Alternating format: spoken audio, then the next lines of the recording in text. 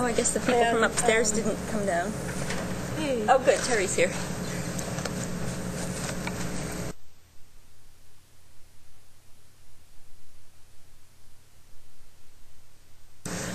This, Whoever I hope, you want to be. is the broadcast about the CBM002 training that's being put on by the Texas Higher Education Coordinating Board. The reason that we're doing this training is because there are many, many questions about how students are doing in developmental education, and we want to make sure that the data that's being reported out from here is correct. So we're trying to work with institutions to make sure that we improve any problems that may exist related to reporting. I first want to introduce some of the people who were here from the coordinating board. Julie Eklund's here. You're going to be hearing from her later. But we have Doug Parker from our EDC section, Charlie Busby from Planning and Accountability. Charlie's the one who's going to be running most of this data, so he's a very important person as part of the process. Then we have representatives from our P16 division and also downstairs, IT and other things. And Gabriella Borkman is here with us also running the slideshow.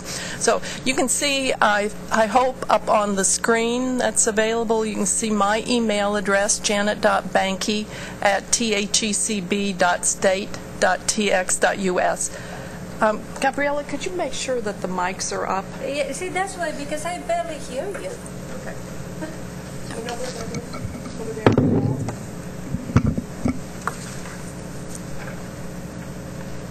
And turn it to about 7. Okay? Is that better? Okay. My email address is up on the screen, janet.banky@thecb.state.tx.us. If you have questions during the course of this broadcast, if you'd email me, and then I can relate them to Julie, who will answer them for you. If we don't have time to answer all the questions during the broadcast, we'll make sure that we answer them later for you. And now Gabriella's going to show you a link to the PowerPoints that Julie's going to be using. If you go to the Coordinating Board's main website, that is thecb.state.tx.us, and click on the Closing the Gaps tab that's up at the top, and then scroll to the very bottom of the page, you'll see a link that says CBM002 Training. And then you can just open up that. Now, don't do it now, Gabriella. Okay. And then if you could go back to the slideshow, Gabriella.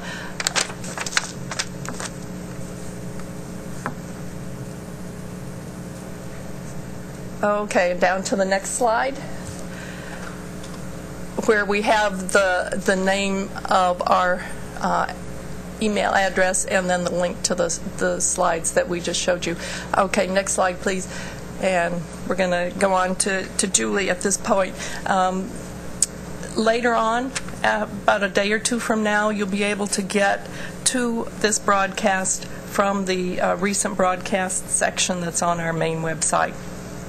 Okay, Julie. Thank you, Janet. It's a pleasure to be here with all of you today, to have you welcome me into your offices and your cubicles across the state. Do please send any questions you have to Janet, because we would like this to be an interactive session. We'd like to know what your thoughts are about the presentation and the issues that we're discussing today. There are 3 main topics that we're going to address this morning. One is discrepancies that we're still finding in CBM002 reporting.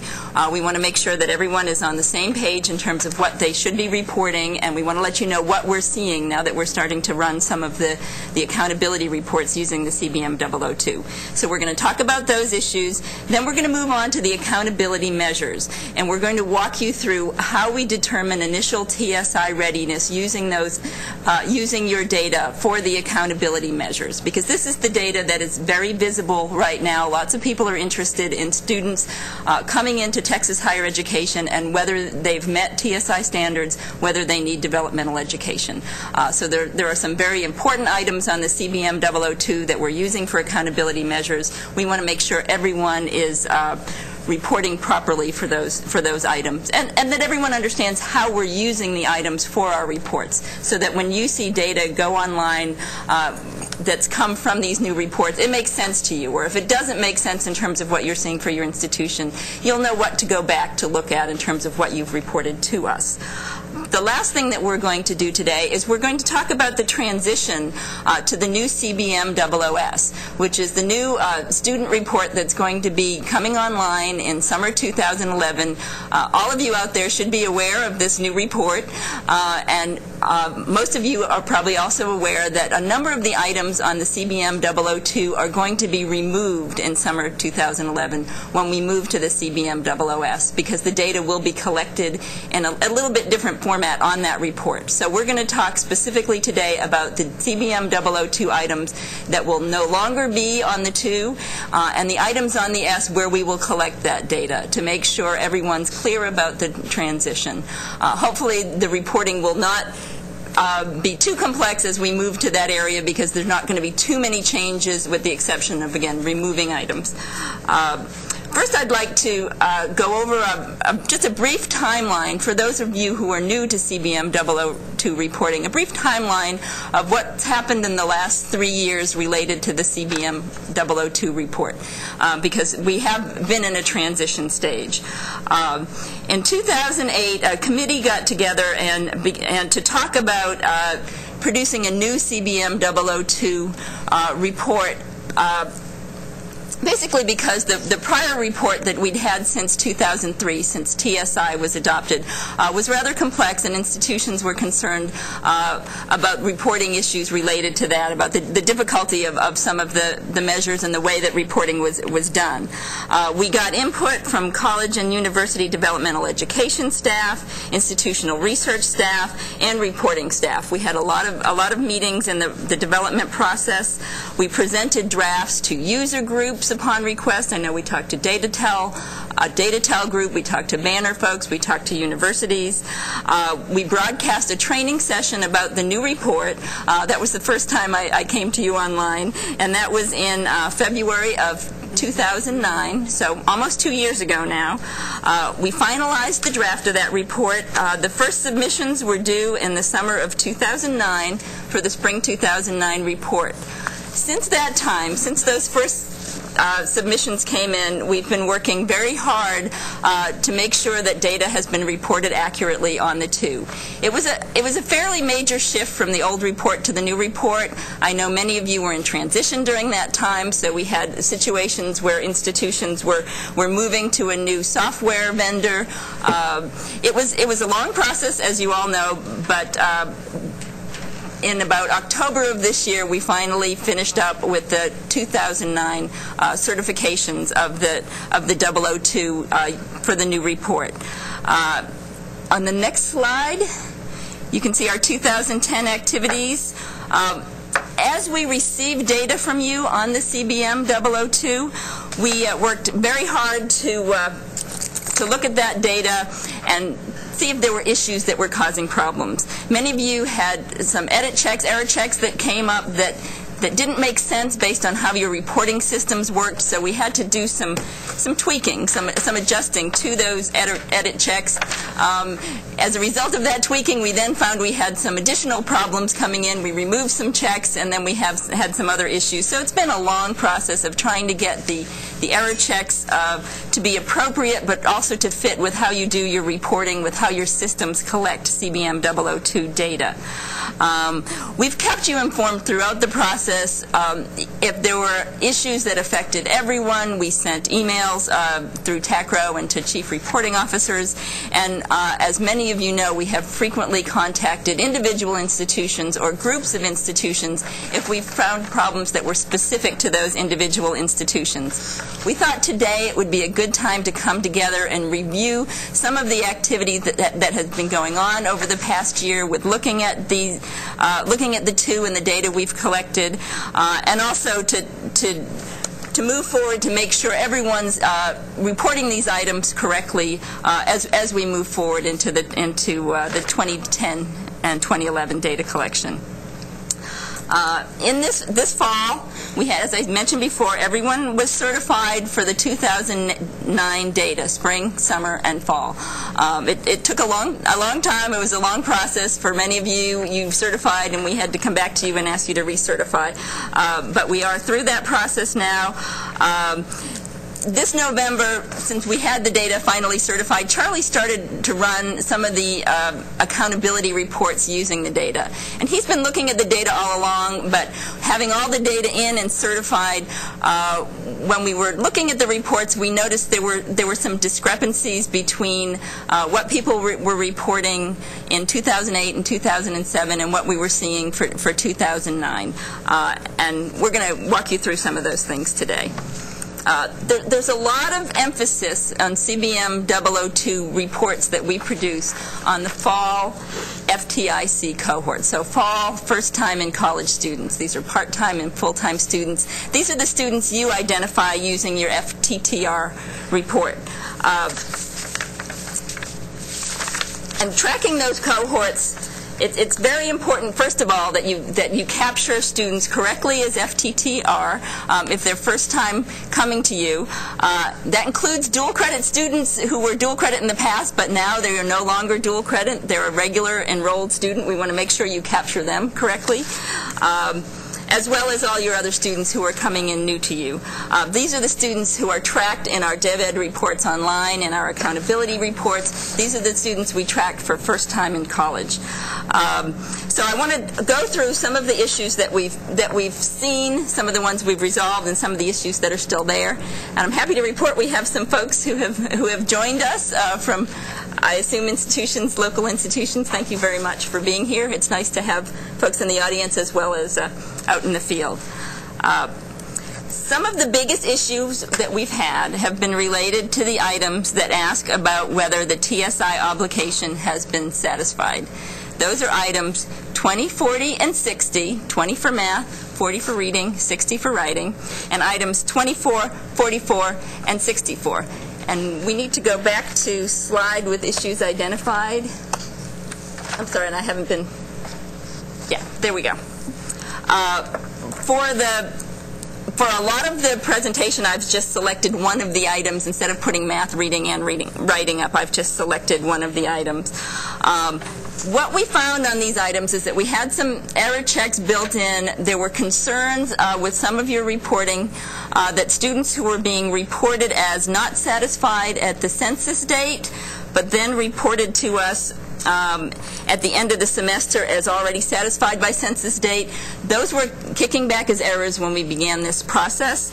And what we determined is that it's very important. What we determined is that in some of your systems, if you received information about students having exemptions or having met the standard after the census date, you couldn't go back and adjust those first items. So we've got the edit check set up now so that anyone who is reported as not satisfied at the beginning of the semester but already satisfied at the end, that we right now select that student as having met TSI.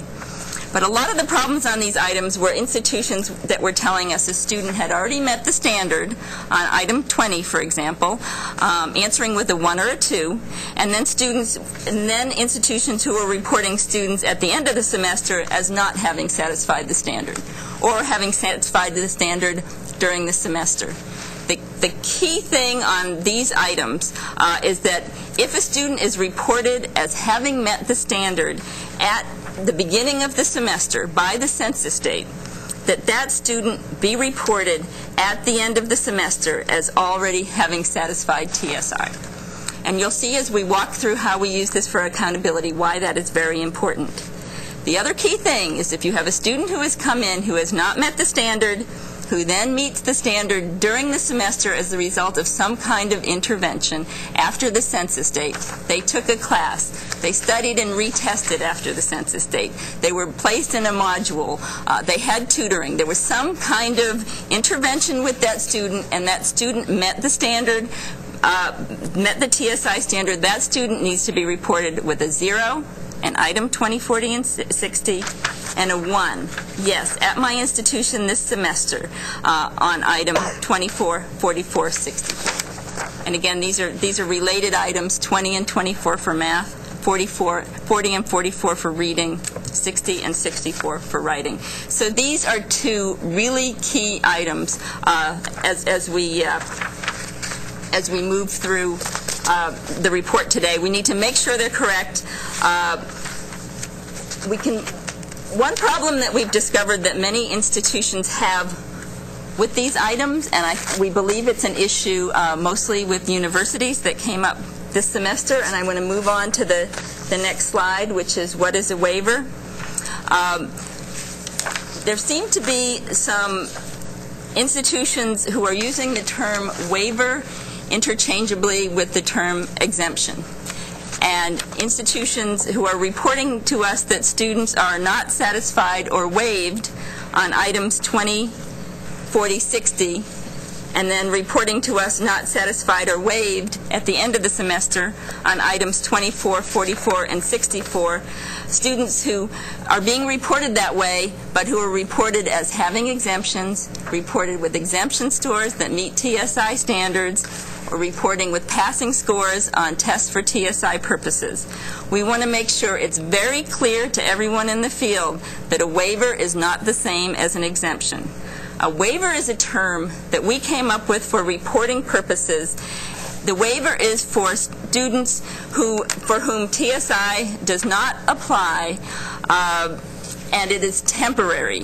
Students who are in dual credit classes, students who are non-degree seeking, students who are in a level 1 certificate program, students who are currently in the military.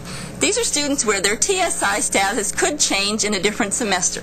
They could go from being a level 1 certificate seeking student to a degree seeking student.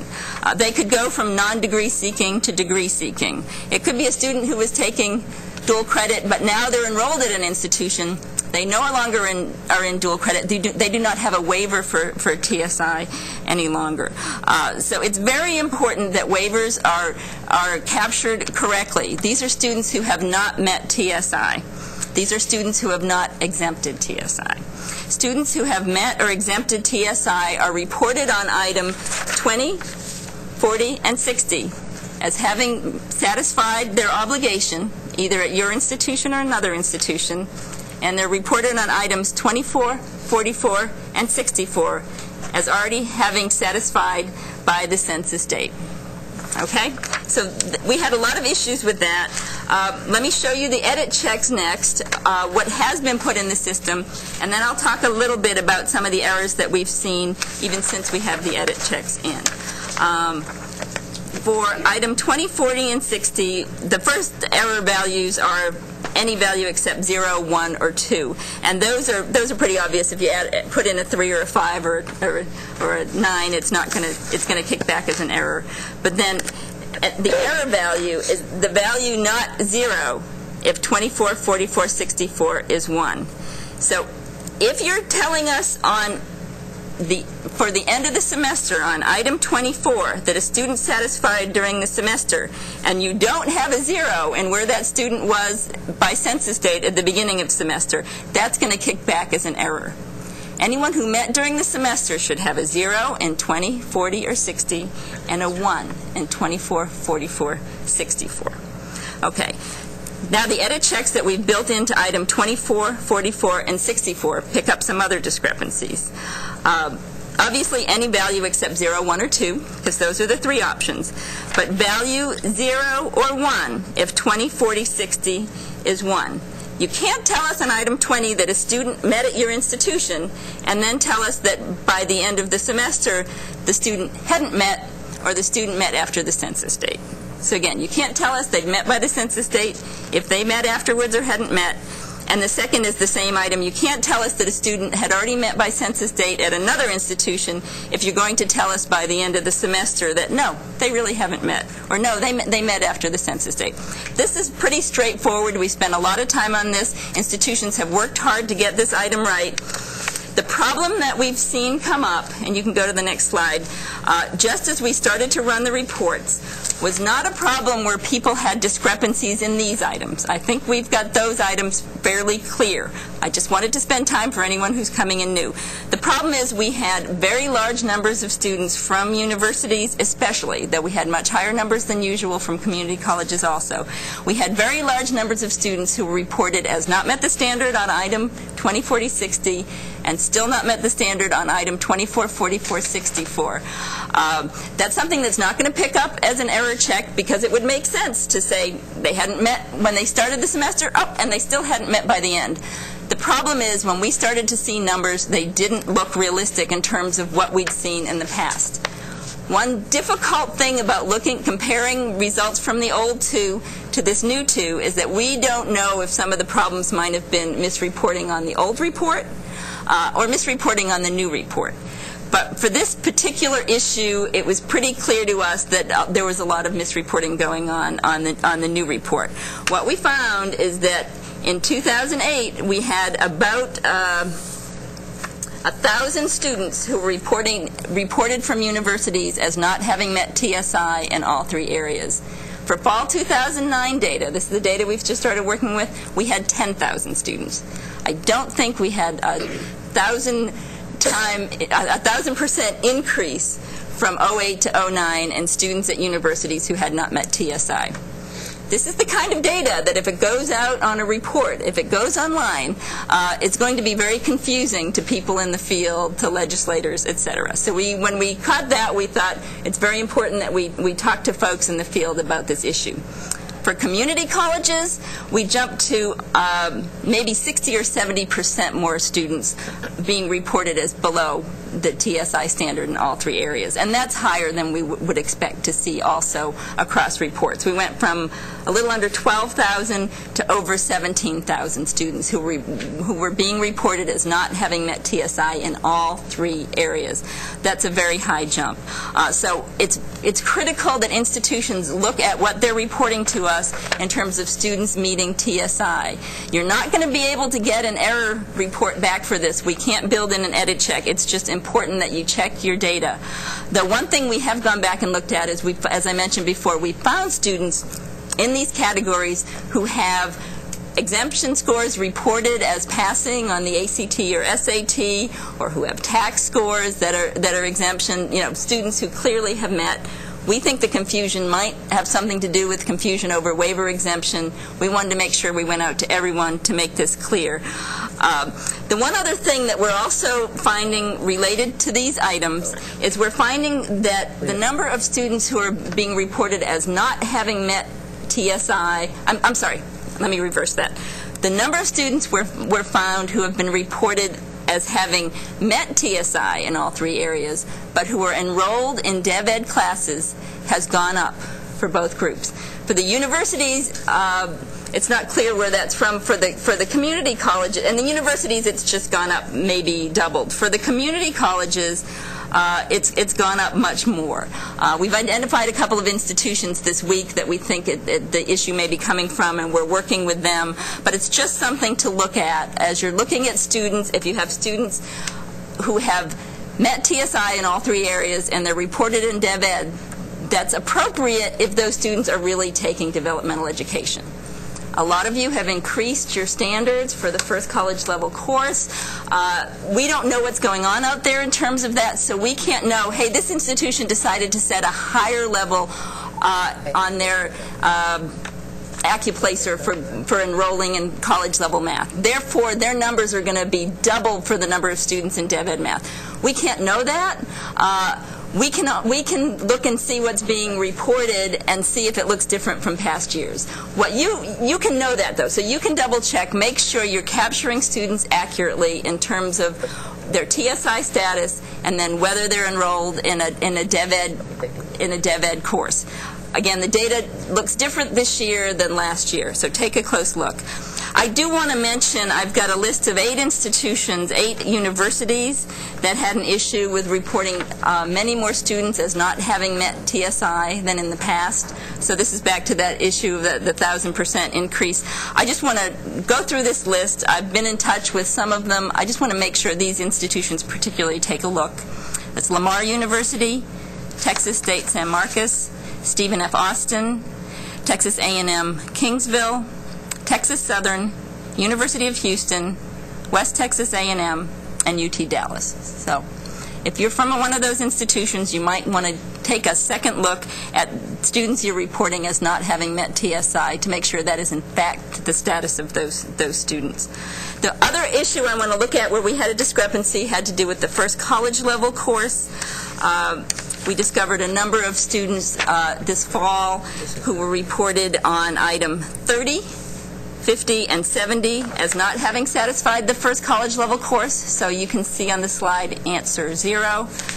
But then were reported on the very next item as previously reported as successfully completing the first college level course.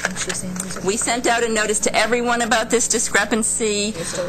We have been in touch with the institutions that had very high numbers of students with this discrepancy in terms of their first time in college cohort, because it's very important to get this item correct for the first time in college cohort. We want to know who's met the first college level course or not as the students move through the system. What we didn't do is get in touch with all of the institutions that had discrepancies for students as they move through on these two items. But the next slide, I put together a list of FICEs where we saw institutions that had 25 or more students reported an error. An edit check has been built in. This is going to be picking up this problem as you move to the future, but please do check it for now to make sure that you've got the status correct for these students. Another issue, and I'm going to talk about the next issue we've had very briefly, is student semester credit hours and grade points.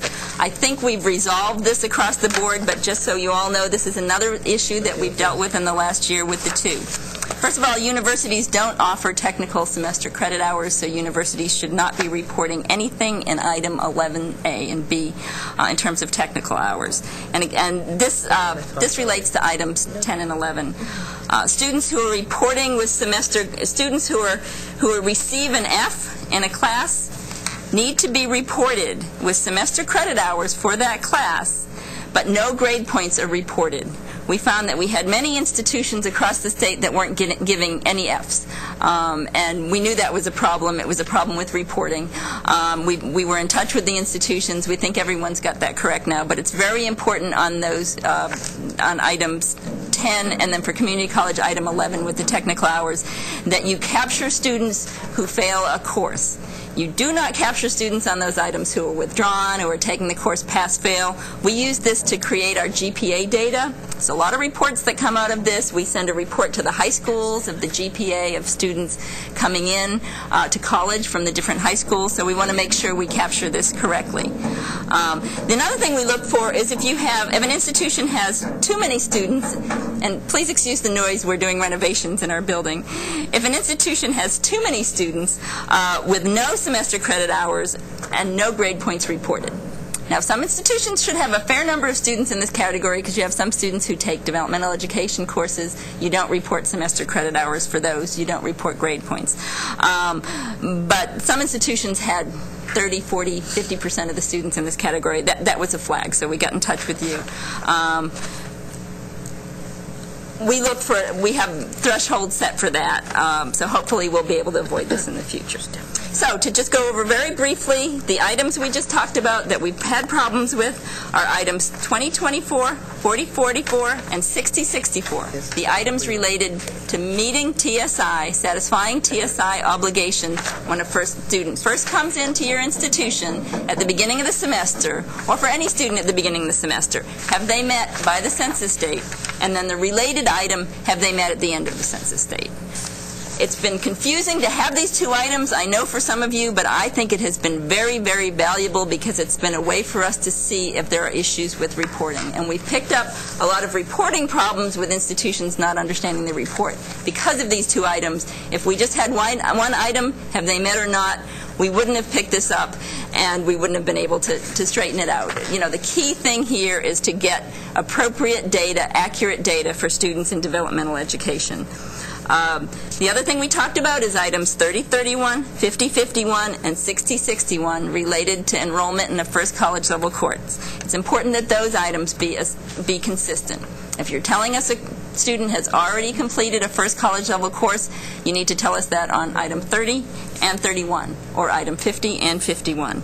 And the last thing is, we talked about students, the importance of making sure that students who have met the TSI standard, or students who have an exemption, these are exemptions like SAT, ACT, tax exemptions, exemption for military service that's already been completed. It's important that those students are accurately reported on items 20 and 24, 40 and 44, 60 and 64.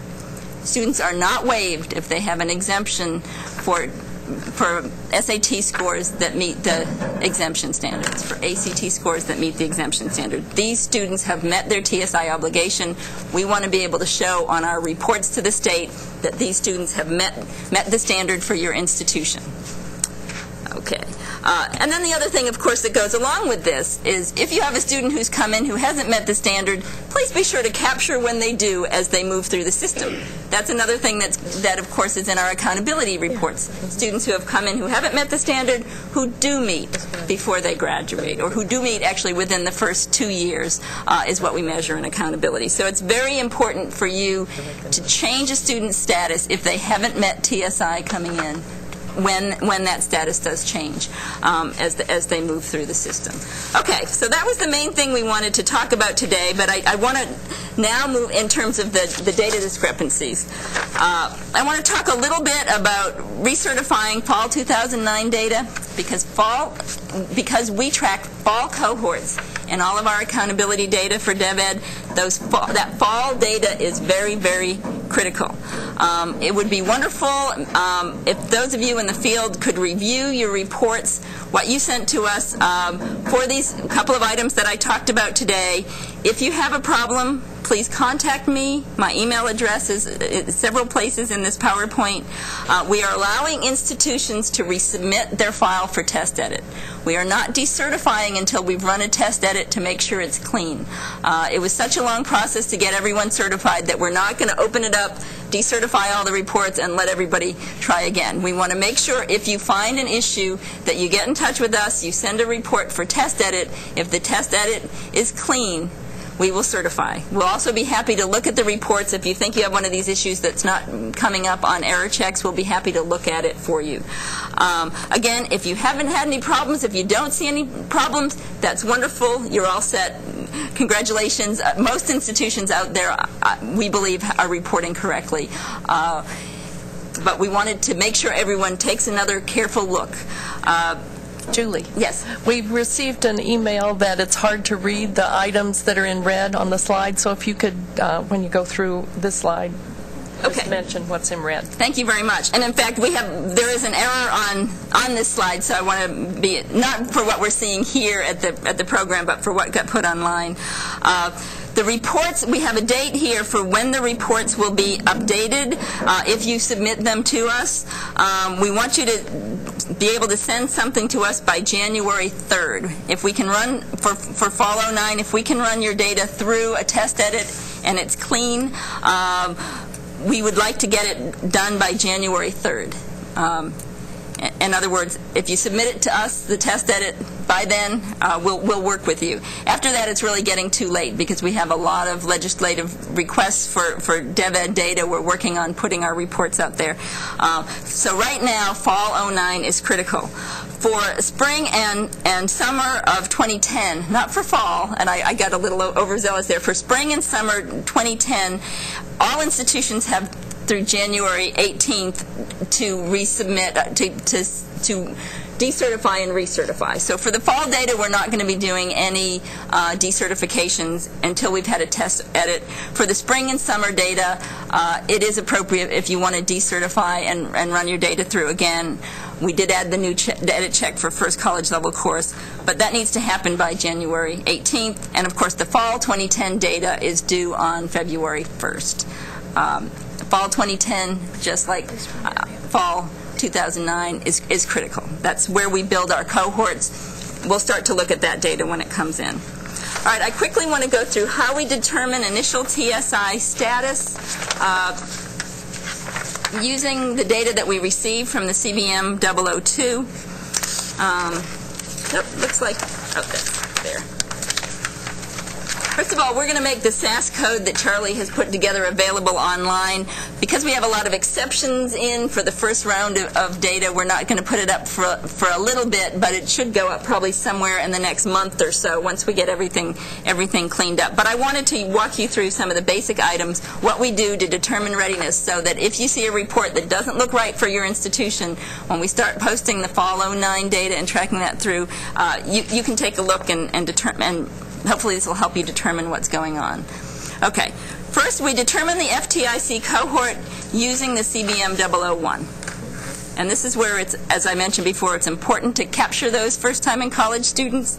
Don't miss those dual credit students. They tend to do very well. So if you had a dual credit student at your institution and then they enrolled as a first-time in college student, make sure you capture them as a first-time in college student so they're included in our cohorts.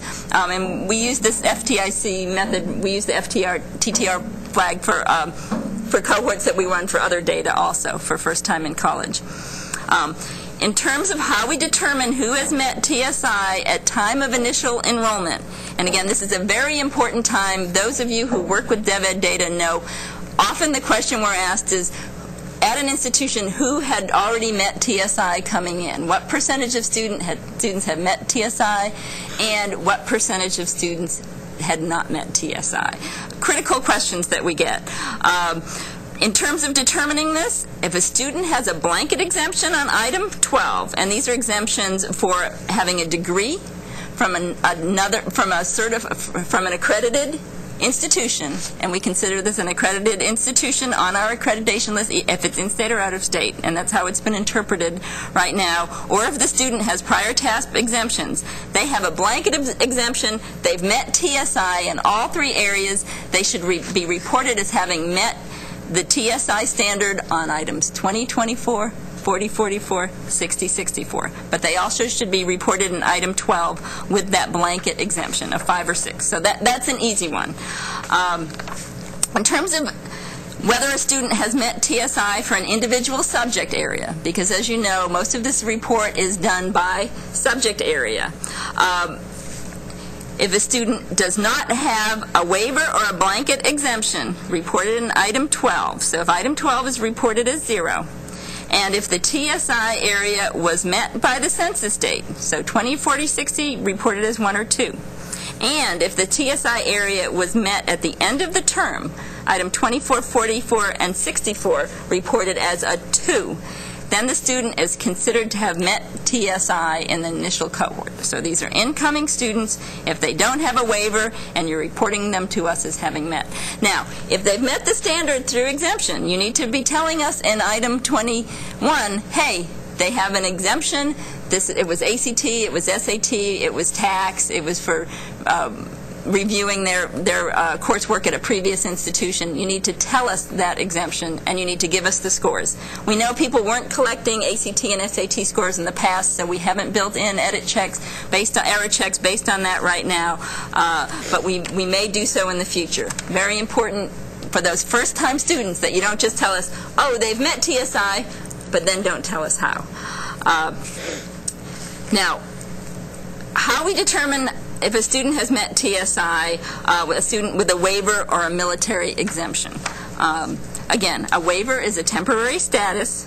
A military exemption is a student who is in the military who has been honorably discharged, released, or retired. What we're doing different on our new reports than what we did in the past is, although a TSI does not apply to a student who was in the military, they are not required to be tested for TSI purposes. They are allowed to enter college level courses based on the TSI, without having TSI apply.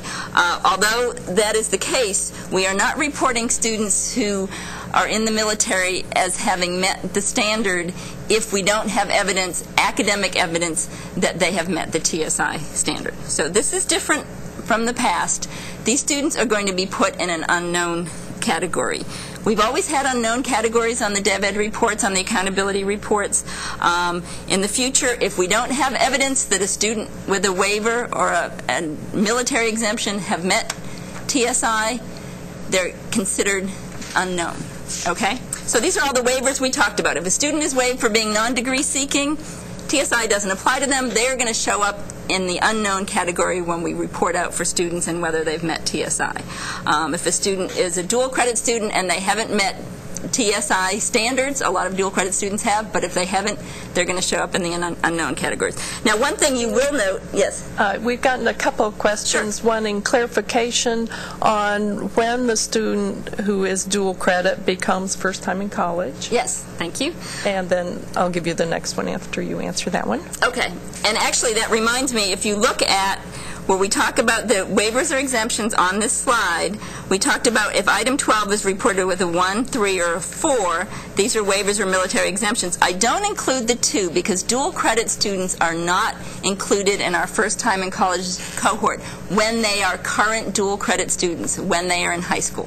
So it can be difficult talking about dual credit students because you could talk about a student in college now who took dual credit, or you could talk about a student who is in high school currently taking dual credit. To make it very clear, students who are in high school who are currently taking dual credit are not included in the first time in college cohort. Those students become first time in college either the summer after they graduate from high school or the fall after they graduate from high school, if they are enrolled with you. For many students, it's going to be the fall. Is that correct, Janet? Yes. When we capture the first time in college cohort. When they first enroll after high school. Right. So when they first enroll after high school, be it summer or fall, or a year later, when they first enroll, if they delayed entry for a year or two, it's when they first enroll as a non-high school student. Then they are captured in the first time in college. So dual credit students, current dual credit students, are not included in the developmental education data that we put out there. They become included if they enroll at a Texas public higher ed institution, and we track them from that initial enrollment as a non-high school student, as a student who's completed high school. Okay, so then the next request for clarification, dual credit students are waived from TSI, it says. Should we calculate TSI for them or not? This is an ongoing source of confusion for us. Okay, that's an excellent question. And there's actually quite a bit of material in the introduction to the CBM002, and I've been working on revisions to the introduction to the 02 that will be attached to the new 02 next summer when we move to the S. But let me talk about it a little bit now. We have standards in the state of Texas. We have dual credit rules that allow a student permission to take dual credit courses if they test at certain levels on the TAKS in high school as a 10th grader, on the PSAT, which is the College Board test, on the PLAN, which is the ACT test. In our dual credit rules, we basically say that students who are in 10th grade who meet certain standards on that test have permission to enroll in a college-level course for high school and college credit as dual credit. Those permission standards are not TSI exemptions. They're just permission standards to roll in the course. That's why we decided that a student who has met those permission standards to take dual credit may have a TSI waiver. The TSI doesn't apply to them because they have shown their readiness to take the course in a way that's in the rules. Now, a lot of students in dual credit are seniors, and these students have in fact taken an SAT, taken an ACT, taken an exit level TAKS test, which is given at the end of the junior year. If these students meet the exemption standards for TSI on one of those tests, they have met the TSI standard, and they can be reported to us, even if they're still in high school, with a dual credit waiver in item 12, but then for the subject area where they have actually at this point met the TSI standard, met the standards in the TSI rules for exemption or waivers, they can be reported for that subject area as having met TSI, so that we have the information that that student met the standard, and from there on in, that student has met TSI. We know a lot of high schools out there now are testing students, or higher ed institutions are going to high schools and testing students on AccuPlacer and Compass, some of the tests that we have for TSI purposes. If a student meets the TSI standard, when they're in high school, on a test for TSI purposes, they have met TSI. They have met the standard in the law. They can be reported to us as having met TSI with those scores.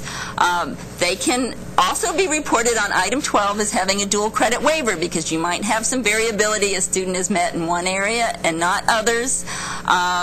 They're just taking courses in the area where they've met the standard. Those students may be reported as met. So we have two categories: students who have met the dual credit permission standards in the dual credit rules, but haven't met the TSI standards or the TSI exemptions in the TSI rules. Those students who have just met the standard, and often we're talking about students who are juniors who haven't had a chance to take an 11th grade tax test, haven't taken an SAT yet. Those students get a waiver. They're reported with a waiver on the 002 report. Then we have students who are still in high school, but they have met the TSI standards in the TSI rules on SAT for the exemption, on ACT as an exemption, on tax as an exemption, and it's just the exit level tax, on Accuplacer or Compass or ACID. Those students, if they've met TSI in an area, they should be reported as having met TSI. Now, those students will not be reported in an FTIC cohort until they enroll as a first-time in college student. But if they've already met TSI and you reported it to us as they met TSI when they were in high school, you can report those students on item 20 as having met by the census date determined by your institution, on item 24 as a 2 already having met by the census date, etc. They've already met. You can put previously reported for test scores if you gave us their test scores when they were still in high school. We will have those on file. Those students just don't go into our FTIC cohort. And if there's any more confusion about this, which there might be out there, because it can be a challenge, do feel free to call me and I'll walk you through it. I don't want to spend much more time on it. I think most institutions have gotten it straight. But do feel free to call me. Again, we have two situations. Okay? Okay. Julie, there is one other question. Sure. If a student has an international degree, are they considered to have a degree? For international students, what we've recommended in the past is to think of those students like a transfer student coming in without a degree. Because you can have an international student who's been at an institution where English is not the primary language used, and that could be a student who really isn't ready to take courses that are being taught in English. So if it is an international student, you need to review the coursework that they did at that institution, just like you would with a transfer student coming from anywhere, and determine if the student has met the TSI standard based on what you're seeing. So if a student is coming to you from England, from India, from a place where English is the primary language, and it's clear that the student has taken courses that are being taught in English and has, maybe taken English literature, that sort of thing, you could determine that, yes, this student has met TSI in English. However, if a student's coming to you from an institution where it's not clear that they took a course that would prepare them to meet TSI in English, then you can go ahead and test them for TSI purposes. So out-of-the-country institutions are different than out-of-state institutions. And we do have a list of accredited institutions in the U.S. That's available online at the coordinating board. Okay, so let's quickly, I think probably it's fairly self-explanatory, the determining TSI, the other parts that we had. And so I think we'll move on to the 002 transition. But if you look through those slides for how we're reporting out TSI, if you have any questions, feel free to contact me. And for the TSI, for the military and waiver exemption, if you just want to go back a slide and one more slide. I just want to make sure it's clear that a student who has a waiver, the way we determine if they've met TSI, if they're reported with a waiver, is we look at actual scores reported. So if you've got someone with a waiver and you're reporting them to us with a 0, not met the standard, or has a waiver in some items, but then you show us that, hey, this student has met TSI through test score results, we'll look at those test score results, because sometimes it can be difficult if a student has a waiver and the student has already met TSI. So we have it built in so that you can't go wrong if you report a student who actually has a waiver as not having met TSI, but that waiver needs to be recorded in item 12. And again, I'm happy to spend time with folks going through this. Most of you have it, so I don't want to take too long. Yes? We have one question. Sure. How do we handle our summer transient students? Your summer transient students? Do they get an exemption or what? Every student that is reported on the 1 needs to be reported on the 2. So you're reporting those students on the 1. It depends on their status. If they're a non-degree seeking student, are you coming to us from a university or a community college? Texas Southern. Texas State. Texas Southern. Oh, Texas Southern. Oh, great. I'm sorry, I didn't recognize you. If you have a student who is coming to you who is non-degree seeking, then you can give that student a waiver. Okay. But if they then change status, you need to capture that. But if this is a degree-seeking student and they're coming to you for a course in the summer that they're using towards their degree somewhere else, that is a degree-seeking student. That is not a non-degree seeking student. It has to be someone who overall they're not looking for a degree, not someone who isn't looking to earn a degree at your institution. As long as they're looking to earn a degree at some institution, they're degree seeking, and the TSI will apply, and you need to test them. Now, if they're coming to you from another Texas public institution, you should have information about their TSI status from that other institution. If they're coming to you from out of state, then you do what we do with any out-of-state transfer, or if they're coming to you from a Texas private, review the transcript and make a determination, and if you determine they haven't met, go ahead and test them. Julie, we've gotten a couple of other questions. Sure. One is a student going through developmental education course process, Perrin's example, 3 levels of developmental math. Yes. At what point do you determine the student is TSI complete? At the passing of the college level math course, or at the completion of the 3 levels of developmental math? That is an excellent question, and that has to do with developmental education policy and practice. And I'm glad we have Terry Daniels here with us from the P16 section. But I'm going to go ahead and answer the question, because this is something that we've talked a lot about. It is up to an institution under TSI statute to determine when a student has met TSI. If they have been tested initially on coming in and didn't meet, it is up to you to determine in your developmental education process, and I would say in your developmental education plan, which has moved to the depths, it's up to the institution to make the determination when the student has in fact met TSI. For many institutions, that's when they complete the highest level course, developmental education course in an area. So the intermediate algebra, the high school level, highest level reading, writing. That's what many institutions do, but there are some institutions who do it differently and look to the first college level course. That's up to your institution, and that's if your institution, if you are not sure how your dev ed department handles it, it would be a good conversation to have with them. If they're not comfortable with the process and how they're making the determination, they should be in touch with our developmental education staff, which is in our P16 division. But the statute does leave it up to the institution to make the determination. That's after the initial determination is made. So it's not up to the institution if a student comes in and they haven't tested to say, we don't think you need to test. If you don't have prior information about that student. Every student must be tested upon entry unless they've met TSI in one of the approved ways, like if they're a transfer student and they've completed courses and you've reviewed those.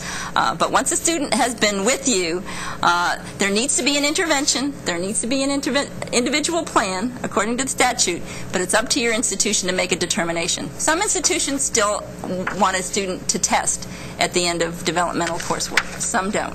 It's much more flexible than the old TASP law where students had to achieve a certain grade in developmental education, retest, those sorts of things. And Julie, one other question, Sure. sorry, from James Dilling, who's listening at the Yes. LBB. He Hello, says, just to clarify, GPA is reported for all dual credit courses taken by students enrolled in high school, regardless of FTIC or TSI status. That is correct. The GPA should be reported for all students who are enrolled in college-level classes on the CBM002. Now, I work with dual credit data as well as working with the developmental education data, and I have done some looking at GPA for dual credit students and discovered that some institutions have not reported GPA for dual credit students, which makes it difficult to do some of the research. So it's very important, and I'm very glad you asked that question, James. It's important for institutions to report the semester credit hours and grade points for all students in college-level courses, whether they're dual credit students or regularly enrolled students. And when we talk about the S, which we're going to get to right now because I think we're running a little late, we'll talk a little bit about how the transition from those GPA questions on the 002 that are now moving on to the 00S and dropping off the 002 beginning in summer 2011. Okay, so the 002 to the 00S transition, I know there's many of you folks out there who have been waiting just specifically for this part of the discussion because you've got the other pieces of the 002 under control, which we appreciate. In terms of the transition, many of the 002 items will be removed. We're updating some of the language in the 002. We've learned a lot over the last year about how people are reading the report. We're going to tweak some of the language to try to make it as clear as possible to everyone. But there are only 2 actual items that are going to be changed in terms of what's reported. Item number 13, which has to do with flexible entry, and then I say 2 items, and then the set of items, items 30, 50, and 70, which are the same item but for math, reading, and writing, and that relates to the first college-level course. The only item that's going to be on the new 002 once we move to the S that has to do with first college-level course is this item that we see on the next slide. I printed for math, item 30. 50 is for reading and 70 is for writing. And this is a simple question. Has the student successfully completed the first college-level course with an A, B, or C? The college-level course will be reported on the S, but the student's result will be reported also on the 2 if the student has satisfied this accountability system requirement of successfully completing the first college-level course, or if they have not. Now, we will have one situation on the S where if a student takes a first college-level course but takes it incomplete and doesn't complete it till the next semester, that grade won't be captured on the S, but it is through this item, after the student has completed a semester, that you can capture that student completed a first college-level course. Okay? Option number 4, yes, at my institution in a previous semester, if you have a student who took an incomplete on a first college-level course reported on the S, you can't update the grade on that incomplete on the S. That won't be allowed, but this is the item to let us know, hey, that student did complete the first college-level course. The CBM000S item is on the next slide related to the first college-level course. This item is 20 on the university report. It's item 23 on the community and technical college report. This is the item where institutions tell us this course that I'm reporting on the S, and as you know, every course is reported on the S, whether it has anything to do with being the first college level course or not. But this is the item where institutions tell us this particular course that's being reported to you on the S is the course that we are identifying as the first college level course for use in the TSI accountability measures. So this is where you tell us, hey, this math course that I'm reporting for a student, this is the one that you should consider the math first college level course. Then we'll know for our accountability measures that yes, that student from your institution successfully completed the first college level math course. So this is the item that switches over from the 2 to the S having to do with first college level course. If you do not capture the course there, and if it's not captured on item 30, 50, 70 on the 2, we will not know, and so we won't be able to report out for those students. In terms of the developmental education coursework on the S. All of the developmental education coursework that's reported on the 2 will now be dropped off. All of the developmental education coursework will now be reported on the S, because every student course is going to be reported on the S. So we needed an item on the S for you to tell us, was this the student's highest level, was this developmental course the highest level course, the medium level course, or the lowest level course. We have specific descriptions in the introduction to the S of how to identify highest, medium, and lowest. And this is what you're seeing right now on the slide. These are the descriptions. And then on the next slide is the actual item that has to do with that developmental course. Item 19 for universities and 22 for community and technical colleges. Either tell us a course is not a developmental course or give us the level. So the level is no longer specific in the body of the instructions to the S. It's in the introduction. But these are the same levels that are in the 2 right now. So it should be an easy transition if you have your system set up to identify these courses. We ran some data for these courses statewide, looked at it by institution. It looks pretty good. What we're noticing is universities, if you happen to have just one course that covers all the way from fundamental math up to the intermediate algebra, if it's the only course and a student finishes the semester at the highest level, ready to go into college level work, consider that a level 1 course, and that seems to be what folks are doing. Some institutions are reporting students in the lowest level course and the highest level course and none in a medium level course. Some of this is because the way courses are structured vary at your institutions. So do the best you can with these descriptions. The nice thing about the S is we're going to get more specific data about the courses, so we'll be able to do more with this. Okay. The next item that comes up on the S has to do with grades, and what I wanted to make sure people know so we can avoid programming pitfalls is the next item is called course grade. It shows up as 21 or 24 on the S. This is for any course whatsoever that's reported. This is not related to the first college level course item, except that if a student's being reported in the first college level course, we'd expect this to be an A, B, or C. But this is an item that ties back to every course a student is taking. This is where we're going to determine the GPA in the future for students, whether they're in dual credit courses, whether they're in developmental courses, whether, this is where we'll get the determination. Obviously, a traditional GPA is not going to include dual credit courses, but we are going to be able, with this data tied to every course, to determine a student's grade point average in developmental education courses only, to see how students are doing, to determine a more traditional grade point average, to look at grade point average for dual credit students, because one item on the S is whether the course a student is taking is for dual credit, whether the student is still in high school. So it's just very important to remember this item ties to any course that's being reported, not just the ones that are related to the first college level course. It just happened to fall after that, and I just wanted to make sure people are aware of that. Julie, we're getting quite a few questions, Great. but one related to what you're talking about right now, and the others we'll try to work in later. We're almost done. But there's confusion. Will the first college level course remain on the 002 and be reported on the 00S? No. The only item on the 002 that has to do with the first college level course is the item we discussed earlier, item 30 for math, 50 for reading, and 70 for writing. All of the information about the courses taken that information will be dropped off of the 002 because we are going to be able to collect specific data about courses on the CBM002.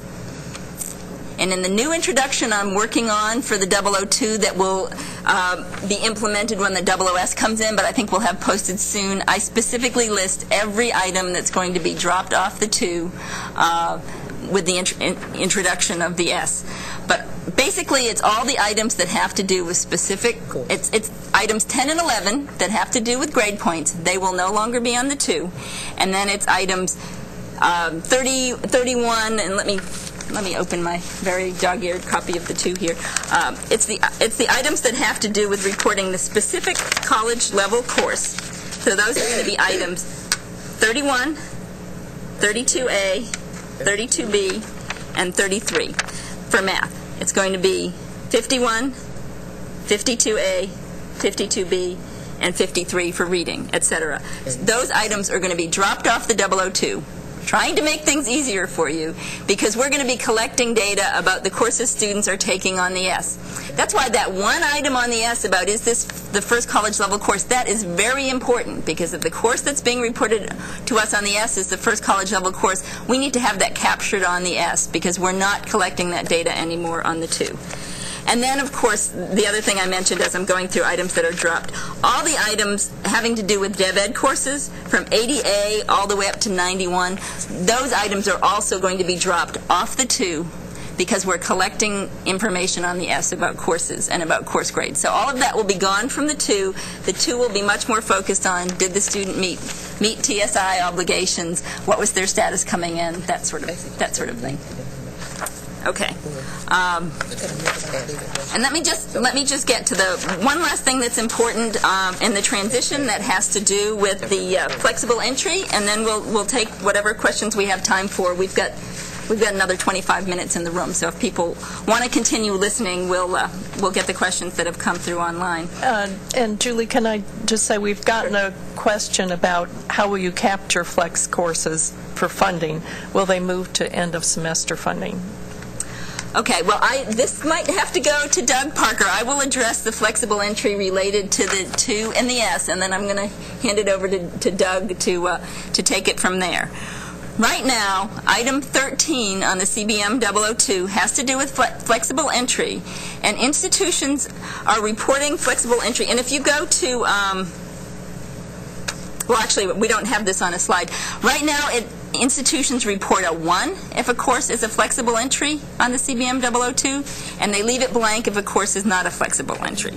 And right now, the definition of flexible entry for the CBM002 is any course that starts after the census date, whether it completes by the end of the semester or it completes into the next semester. It's any course that starts after the census date, which is basically the definition we've had for flexible entry on the 001. And as you know, the 001 and all the students on the 001 need to be on the 002.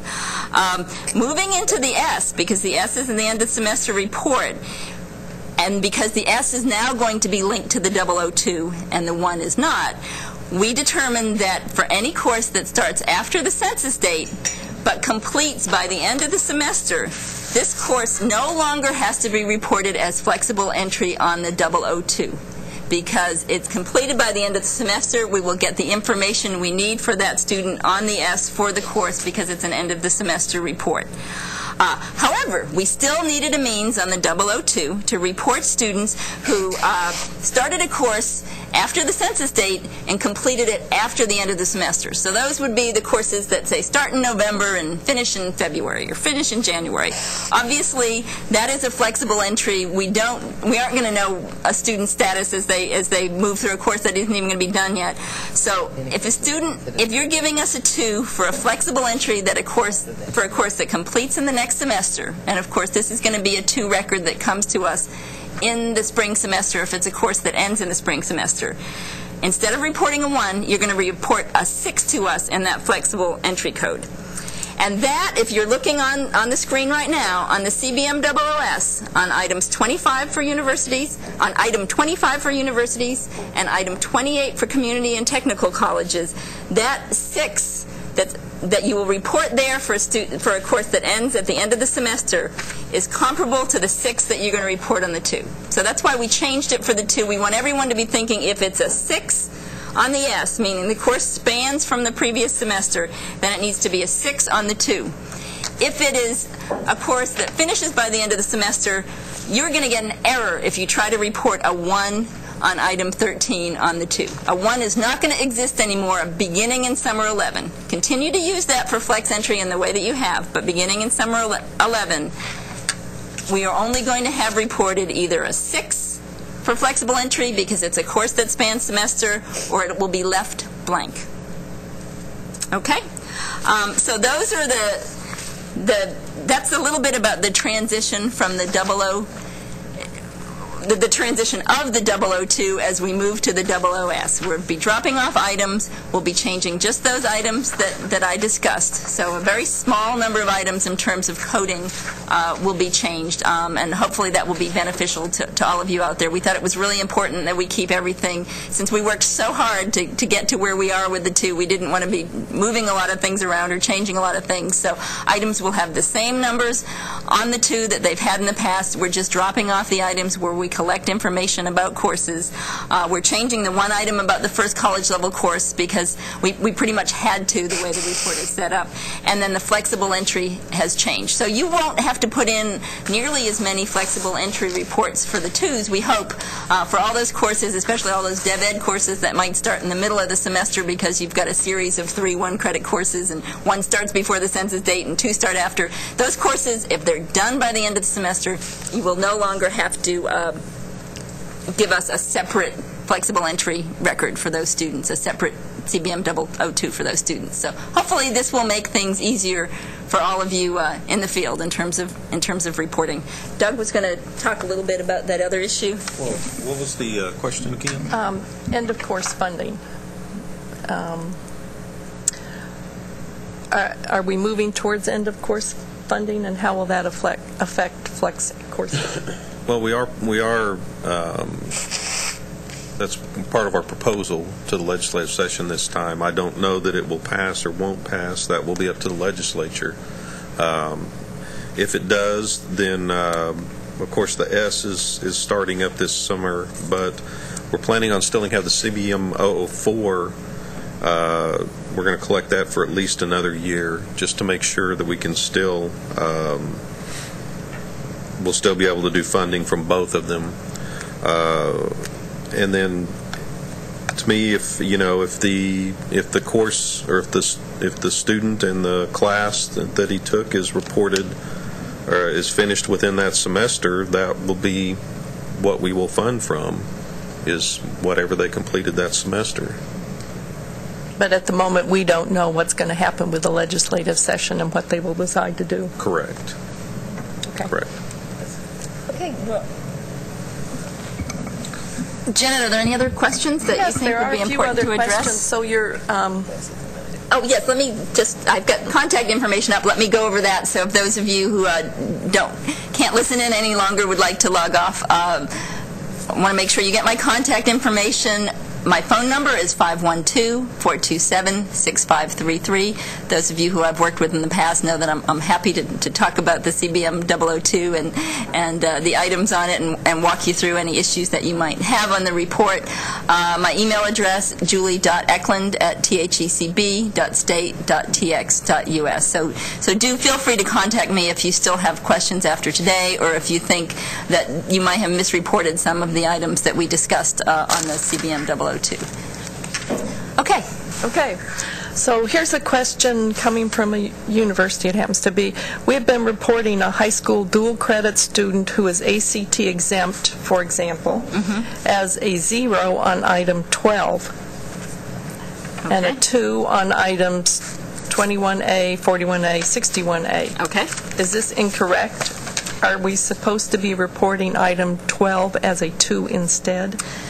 It's not incorrect. In fact, this is one of those scenarios where it's fine to do it either way. If you have a dual credit student who has exempted in all 3 areas, and it sounds like that's the situation for this student, you don't need to tell us that they have a dual credit waiver because they've met the standard in all 3 areas. You can just report them to us as having met TSI.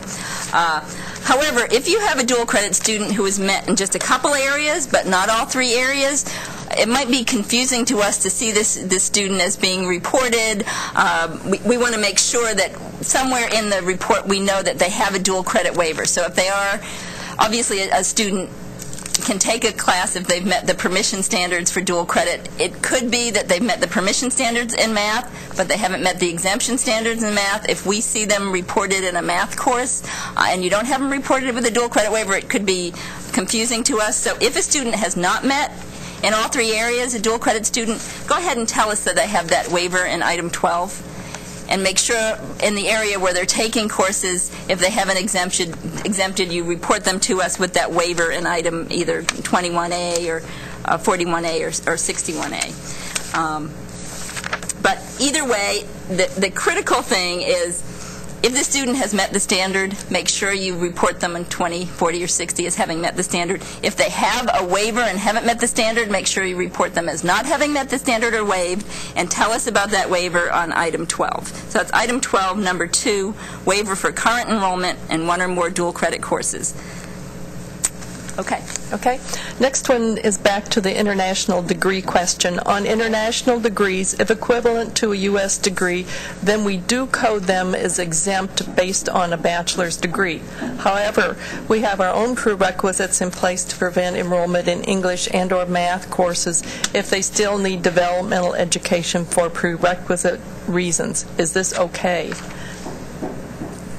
Okay, well, I know one thing that's come up a lot with folks in the development, that I've talked with folks in the developmental education staff about quite a bit, are students who have met the standard, but who, or students who have waivers or have not met the standard with a waiver, but who are being tested because you test everyone because of prerequisites or for placement purposes. It's totally acceptable to test any student for placement purposes. It's just you can't single out groups of students to test for placement purposes if they've already got an exemption or a military waiver, that sort of thing on TSI. Because TSI doesn't apply to certain groups of students who we waive. You can't go ahead and say, well, we're going to test just these students for placement purposes. That's a little bit different from your question, but I just wanted to make that clear because we had some situations in the state where institutions were, say, just testing students who had military exemptions for placement purposes and not testing anyone else. Well, a military exemption or a military waiver means the student, that TSI doesn't apply to that student. So they can't be singled out for testing for placement purposes because it really does seem to be tied back to their TSI status. So if you test everyone for placement purposes, whether they've met TSI or not, that's appropriate. Now, in terms of international students, if someone at your institution has not determined that they have met the TSI standards based on a review of their coursework at another institution, then it would be inappropriate to report that student as having met TSI. If there is a review of the student who has a degree from somewhere else, if there is a review of their coursework, and the determination is made that yes, they have done what would be needed to meet the standard at our institution, generally that review would mean you feel they're ready to be placed into college-level courses. However, if your institution doesn't feel that that's the case and test them for placement purposes, that isn't going to be connected to their TSI status. To me, and I'm sorry, I'm trying to clarify in my head how to approach this because we haven't had too many questions about international students. To me, it's in the institution's best interest to look and make a determination if they think a student has met the standard. If it's the institution's sense that the student that they don't really know where the student would fall and they're going to be testing them for placement purposes, then that should be a test for TSI purposes also. Does that make sense to you, Terry? It's a little gray. Yeah. I think, you know what, well, I'm going to talk to the developmental education staff in a little bit more detail about that situation because it is a gray, as Terry said, it can be a gray area, those students coming in with degrees from other places. So I'll talk a little bit with them and we'll get back to you. Okay. If a student is marked as completing the college-level class, say in reading, and on the OOS they have several classes which are reading intensive / met college level, will the C be taking the higher grade? The grade is not important on the first college-level course provided a student receives an A, B, or C. A student needs to receive an A, B, or C to be reported as successfully completing the first college-level course. If a student has not received an A, B, or C, the student has not successfully completed the first college-level course, and the student will not get credit for that. so that whether a student has an A or a B or a C is not an issue. We don't report out anything related to grades in first college level courses related to this measure. We only report if a student has met the standard or not. So if it's reported to us that a student took a first college level course and the grade is reported as an F, then you definitely want to, once that student does successfully complete a first college level course, or I should say if that student does successfully complete a course that you consider a first college level course, you definitely want to report that student again in a later semester on a 2 as successfully doing that. So it's perfectly acceptable to report a student who did not receive an A, B, or C on the first college level course in a later semester if they do so. And that could be for a different course even that the student takes, if it's a course that's a first college level course. For a student who does receive an A, B, or C, report it once. There's no need to report again. If a student got a C and then they took another college level course, another course that you might consider first college level course, and they got a B, do not report it to us a second time. It's not going to make any difference in terms of the reporting that we do with this item. So again, only if a student fails, if they have an incomplete, a withdrawal, that sort of thing, should you report the student again if they do successfully meet the measure.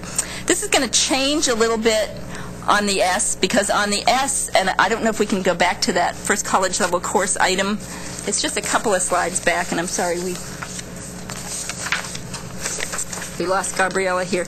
On the first college level course item on the S, which I think is, it's 20 and 23.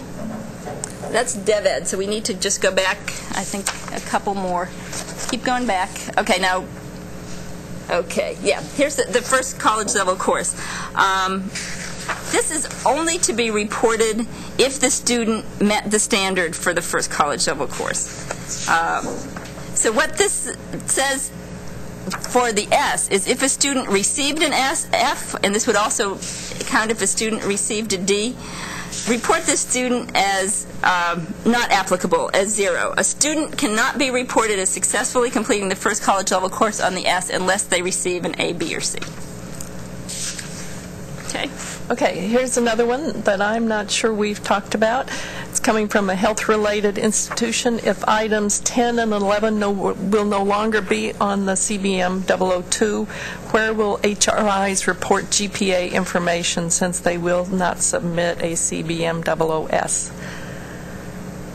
Who is not going to submit the HRIs. HRIs? That's going to be a question for Doug. Well, the HRIs, of course, we are proposing this session that HRIs be exempted from TSI reporting. If they are not, well, right now we don't collect GPAs anyway, or grade points anyway. If y'all are not, well, we're just really banking on the fact that hopefully y'all will get exempted. If not, we're going to have to do some looking at this. Thanks, Doug. Those spaces will still be available on the 2, so I guess if we had to, we could resurrect them just for HRIs for the GPA, but we're hoping they won't have to be submitting a 2. And there's a question about will this information be written up? I got confused with the description of flex entry being coded as 6. Yes, it has been written up. In fact, you can go online to look at the proposed CBM00S reports right now. So you can go online and find those items. But in the introduction to the new CBM002 that we're completing, we have some language about that. I'll go back and take another look and try to make sure it's clear. We will have a draft out there fairly soon, and so if you still need clarity, please do let me know, and we'll take another look at that. We want to try to make that as clear as possible. And the CBM0S is out on our reporting manuals page. Yeah. Okay, and here's a similar one to one that you answered, but maybe a little different twist. Okay. If students take 2 first college-level reading courses in a semester, can we report both courses as 2 reading intensive on the 00S? Item number 20, first college-level course, or do we need to choose one course? We would prefer that you just report one first college level course on the S, successful completion of one first college level course. If it's going to be a problem with your programming, if we have some people slip through who are reported with 2, that's not going to be a problem. We're going to go through and look at the data and just check off, hey, was this student reported in this semester for this subject area as completing a first college level course? If there's a couple courses there reported because there was some confusion about which should be considered the first college level course, I don't think that's going to impact our reporting on this, but generally the best rule of thumb is that you should just report one first college level course on the S, one course for each subject area as the first college level course. Now we're going to have students who are attending a couple different institutions, and one institution might not know that another institution has already reported. It's perfectly appropriate if a student is taking a course at your institution and it's one of those introductory level courses that you believe is a first college level course. It's perfectly appropriate to report it even if they're enrolled in another institution and you're not sure if it's already been reported. We'll just take the first report for any student in terms of completing this measure, the first report that we see. Okay. I think that's it for the questions. Perfect. It's 11:30 now. Thank you all so much for joining us, those of you who came to be with us today, and those of you who are out in the field. Again, please do contact me if you have any questions about current reporting or changes in reporting. Take a look back at what you've reported to us on the 2 for fall '09 and the new reports. Feel free, if you find any errors, or if you have any concerns about what you've reported based on what we said today, feel free to contact me. Feel free to submit a report for test edit.